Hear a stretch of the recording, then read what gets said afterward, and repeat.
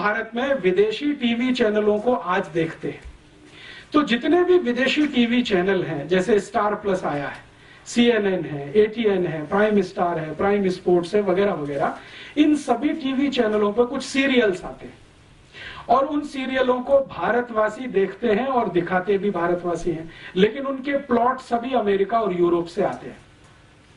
भारत में star plus पे सबसे ज्यादा सीरियल दिखाने वाली एक लड़की है जिसका नाम है एकता कपूर, उसके सबसे ज्यादा सीरियल आते हैं।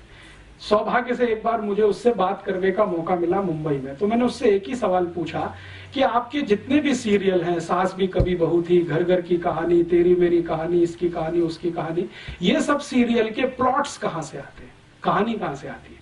तो उन्होंने कहा this is all imported. Plot तो सभी अमेरिका से हैं, यूरोप से आए हैं, कहानी सब वहां से आई है, उसमें हमने भारतीय पात्रों को फिट करने की कोशिश की है। तो मैंने कहा अब मुझे समझ में आ गया कि आपके सभी सीरियल में माताओं को ही सबसे ज्यादा गालियां क्यों दी जाती है।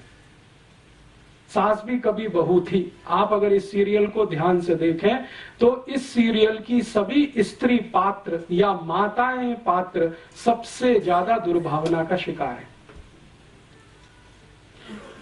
ऐसे ही कसौटी जिंदगी की या कहानी घर घर की, कोई भी सीरियल देखें, ये सभी सीरियलों को मैं देख नहीं पाता हूं, लेकिन इनकी स्टोरी जरूर पढ़ता हूं मैं, कभी अखबार में आती है, कभी मैगजीन में। तो उन सब सीरियलों में एक माता दूसरे के खिलाफ षड्यंत्र कर रही है, दूसरी तीसरे के खिलाफ, तीसरी चौथी के खिलाफ, ननद भाभी के खिलाफ, भाभी ननद के खिलाफ, माता जो है किसी और के, इसी तरह के षड्यंत्र षड्यंत्र षड्यंत्र माताओं के बीच में सबसे ज्यादा, पुरुषों में कुछ कम, क्योंकि ये सब इंपोर्टेड प्लॉट्स हैं, यूरोप से आए हैं अमेरिका, तो वहां तो माता तो कुछ है नहीं, तो उसके खिलाफ षड्यंत्र भी हो तो कोई महत्व की बात नहीं है। यहां तो बहुत कुछ उसी पर निर्भर है, लेकिन हमने चूंकि आयातित किया हुआ है, उसको हिंदुस्तान का थोड़ा मिर्च मसाला लगा के पेश किया हुआ है, तो सभी सीरियल उसी तरह के दिखाई देते हैं इस देश में। चूंकि हम अगर अपनी सभ्यता को ध्यान में रख के कोई सीरियल बनाएं और अपनी मान्यताओं को ध्यान में रख के बनाएं, तो इसके बिल्कुल विपरीत बनेंगे जो आज हम देख रहे हैं या दिखाए जा रहे हैं। अच्छा, मैंने जब इनको कहा कि एकता कपूर को कि आप कोई भारतीय मान्यताओं के आधार पर भी, तो उनका आप प्लॉट बना के दे दीजिए, हमारी दिमाग में तो आता नहीं है, क्योंकि हमने तो जो पढ़ा लिखा है वो सब कुछ इसी तरह का है, मॉडर्निज्म का, यूरोपियनिज्म का, अमेरिकनिज्म।